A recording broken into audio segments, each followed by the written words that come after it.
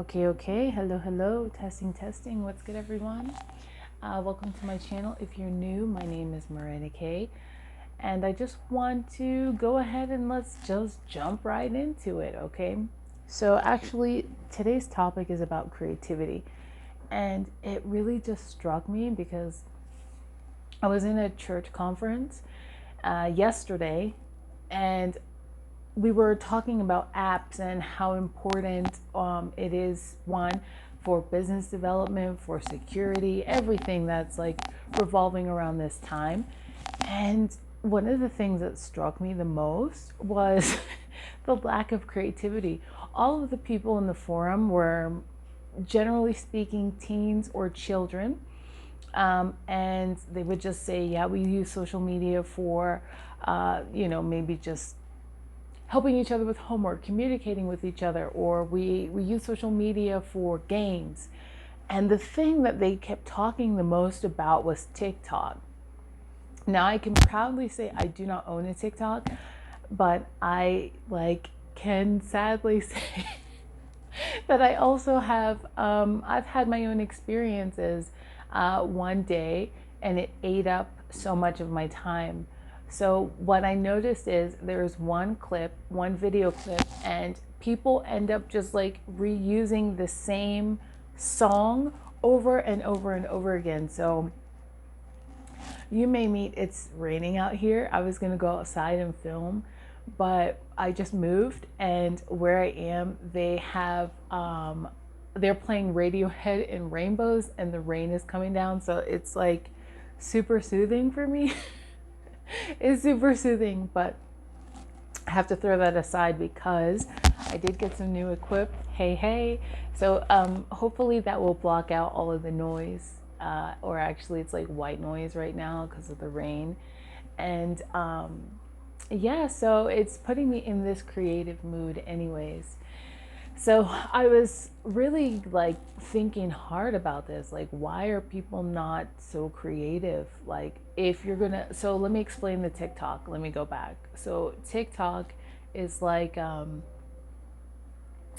somebody has one song. It's fine. Break it. It's fine. And then they will use this sound clip, and everyone does the same, or they copy each other. There might be 3 or 4 original, but then everybody else does it. Now the thing that's sad about this is nobody credits each other from this. They just like use the exact same thing. And I've noticed this even gets into my shorts. So where I have like a very almost narrow view in my YouTube, hi algorithm, I'm just telling you everything right now. So where I have like business chats, or I'm learning about finance news, and I'm always praying. So there's like 3 things, 4 things, 5 things, generally speaking, that always come up in my feed. But then at the bottom, if you all have noticed this, is that there is, okay, there we go. If you notice at the bottom of your, or like in between some videos, there's something that says shorts, and it's like 30-second clips. And I think this comes from TikTok. It's like shortened videos on YouTube as well. It happens even on an Instagram. And so when I'm just sitting here minding my own business, I just end up there. And I was talking with somebody from when I was traveling in Merida a month ago, and he was like, this is just so weird. It's like, how did I even end up here? And it genuinely feels like that. So let's get to it. Creativity is just, I feel that we're such a strong community. Generally speaking, we are creatives.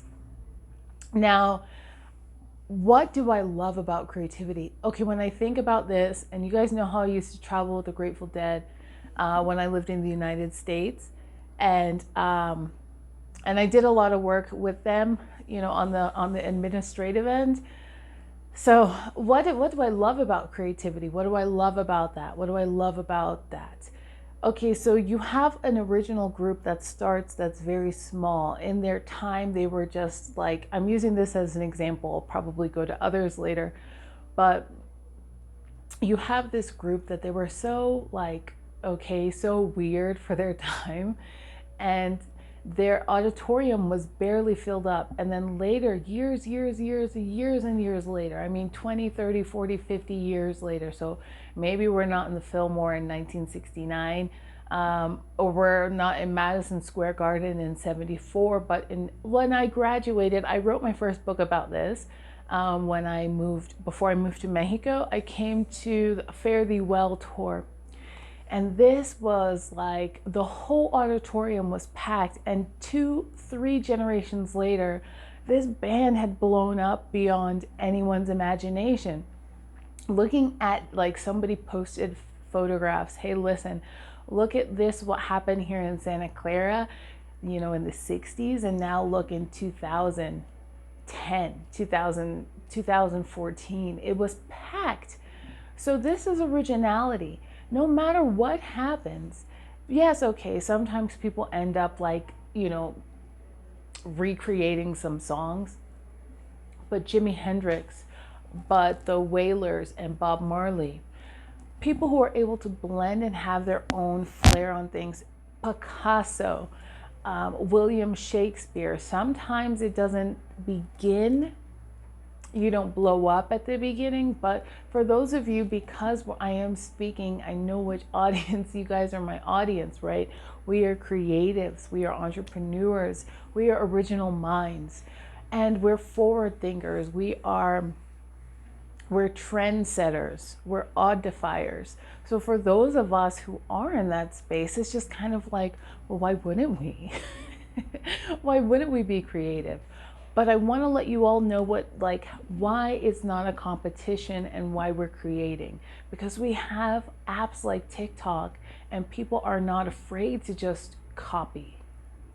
So I want to not scare you. I want to remind you again that when I was taking classes to write my first book, because everything is a learning process, right? You don't just wake up, well, I didn't, and just say, oh, I know how to do this. Like, I was getting a doctorate in law, and then before that I was in West Africa, learning. So it didn't work so well like that with me. I was more in academia as opposed to just like creative writing. So I had to learn how to do these things. So it was really important for me to just take classes. One of the things that people didn't want to share in the beginning stages of these classes I was taking, where people were like, oh, I don't want to talk about this book I'm going to write. And I would look at people and just be like, do you really have that much of a scarcity mentality? Listen, okay, let me tell you the truth. You can write and share that you were just going to write a romance novel. The whole idea that boy meets girl is not going to be the end of the world. Let me tell you how many boy meets girl, boy meets boy, bromance, best friendships, babysitters club kind of situations that we have, and how many parts 1, 2, 3, and 4 we're able to create. This is not like the end of the world. There is a Titanic, there is a Notebook, there is a Forrest Gump. There's so many situations where you could write, you could share, you could sing a romance song, you could sing a folk song, and you can do it without fear that somebody has every single idea that you have. So in a generation where people are just so comfortable, let's even talk about rap, okay? Let me get comfortable. Even in this situation with rap, okay, I'm dating myself. I have no problems with that, okay? Hey, 30. So when I grew up, there were people who actually had their own sound. Now in this generation, it's like dubsteppy, glitch mobby, and it's people all sounding nasally and gutturally. Like, even like Eminem-y, like, he sounds like he needs to take a dump. He's angry or something. It's like that kind of, like what's Drake even, they all sound the same. And back in the day, there was Snoop Dogg, and he's like, hey, yo, Snoop O double G. Then you got DMX, may he rest in peace. His dogs, where your dogs at? And then you had LL Cool J. Like, there were so many different types of artists that came with their own flavor. So I want to remind you, I just want to instill into you guys, no matter what genre you're doing, if it's country, because let's be honest, in West Africa, we listen to a lot of country music. So, and if you're just into rock or bluegrass or banda, or no one can listen to your song and they can sample it. That's even what people are doing now. Like, let's be honest, this is even what we're seeing a lot in, even Puff Daddy did that, like, why people are still, as we call it, sampling other people's music.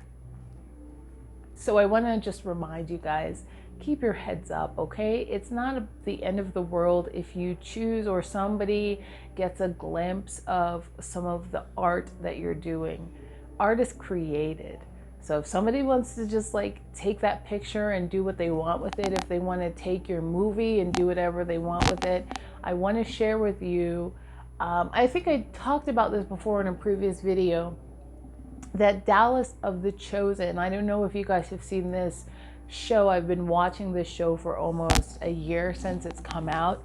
And Dallas of the Chosen talked about how he's huge in Hollywood. He was getting ready to blow up, and he's honestly quite well to do, really.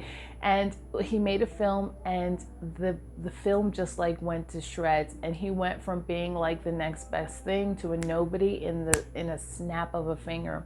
And in a prayer, he and somebody he barely knew and his wife all said, I'm hearing something like the numbers don't add up.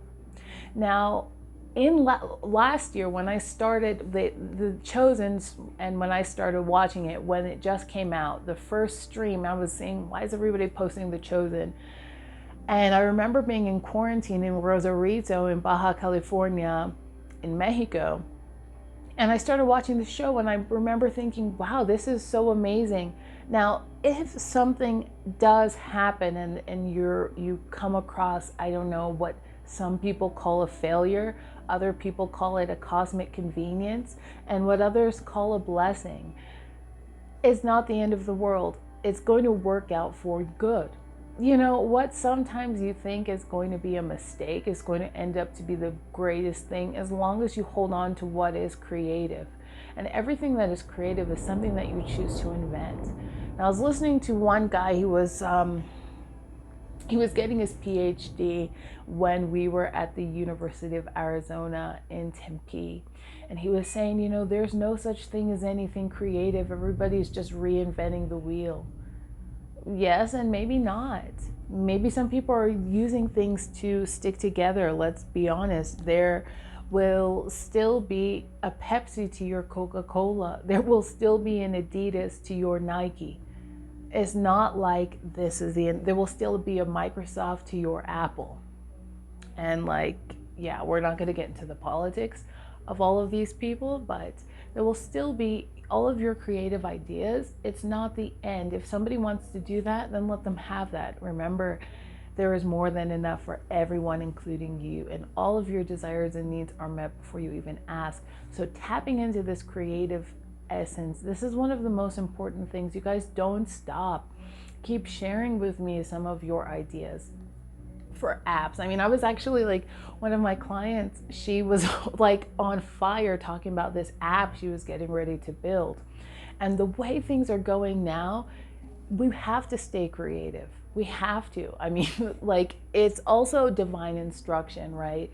But it's staying creative. It's being in the receptive mode. And you can't really do a lot of this always being around other people. This is one of the times where you are going to be called it. Inspiration may come in the form of another person in communication, at a party. I mean, all kinds of ways. But when you're doing stuff, it's going to require you to do your best work. I have talked to you guys on and on and on about this book. I was even using this to plan today, because I have to, every week we have to sit down, or twice a week we have to continue our planning, our quarterly planning, our weekly planning, what blocks of time we're going to have, what time we're going to wake up, how often we're going to use our restorative blocks, and knowing when we have to be focused and when to use those focus blocks. Your focus time requires 100% of you. You're not really able to interact with other people. You can't have your phone on. You can't be searching through TikTok. It's going to require 110% of you. So this is your mental energy, your creative energy, everything that is this demands of you, right? So if you're creating different dances, or you have beats, or you're going and you're locking yourself in your room to paint and create and draw, this is important. You're going to need that time to be able to focus where everything is blacked out. What I mean is your phone is just on black screen. Like no one can reach you. It's just on do not disturb.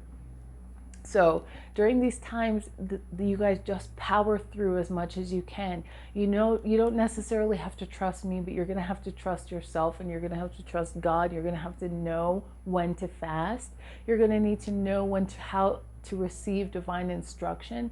And with this, I recommend writing a lot of these things down.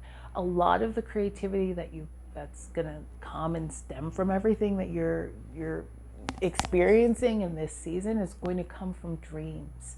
Sometimes, and dreams happen when your eyes are closed. Visions happen when your eyes are open. So you can have visions of stuff, and just make sure that this is something that you do your best to interpret, because there's going to be fountains and fountains of ideas. You don't have to copy, and you don't have to waste a lot of time on TikTok hoping to fit in, hoping to blend into the others. Remember, this is the unapologetic gang, and we're so unapologetic about it. We are so unapologetic about fitting in. We're unapologetic about loving ourselves, and we're unapologetic about some of the art and the things that we put forth. If it came from you, if it came from what is tapping into your divine essence, do it. And don't wait for the right moment.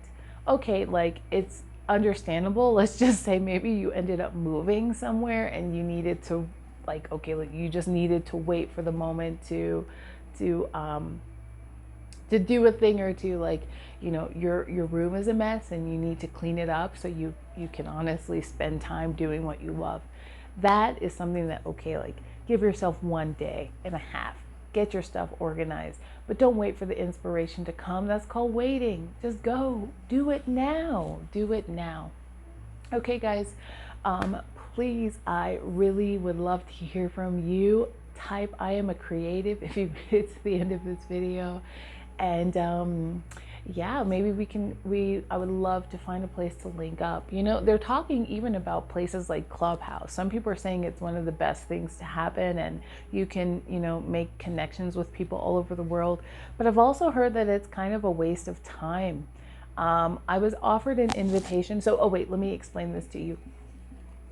For those of you who do not know what Clubhouse is a place, I wanted to say it was kind of like Black owned and operated, but you know what happens, like everybody gets an invitation, and sometimes there are some people that want to just come and cause mess. But a lot of people are saying, listen, if you have 6 hours to be on different forums and chats, so it's like almost like it's a podcast mixed socially, where you can interact with other people and share either business ideas, strategies, tactics, etc.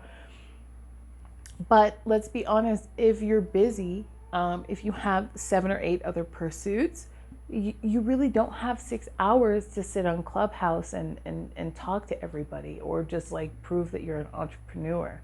So some people, I want to warn you all that there are some people who are out there giving invitations because they've learned how to monetize on it. Be very careful, because you give an invitation, the next person gives an invitation, the next person gets an invitation, and next thing you know, I don't know exactly how the monetization works, but something in my spirit told me not to jump on it just yet, because it's actually still in the beginning stages of this. So I just want to sit back and see what happens. I'm not really interested in being like the first round of guinea pigs. So yeah. All right, guys, have an excellent day, night, wherever you are, and I'll see you on the next video. Take care. Bye.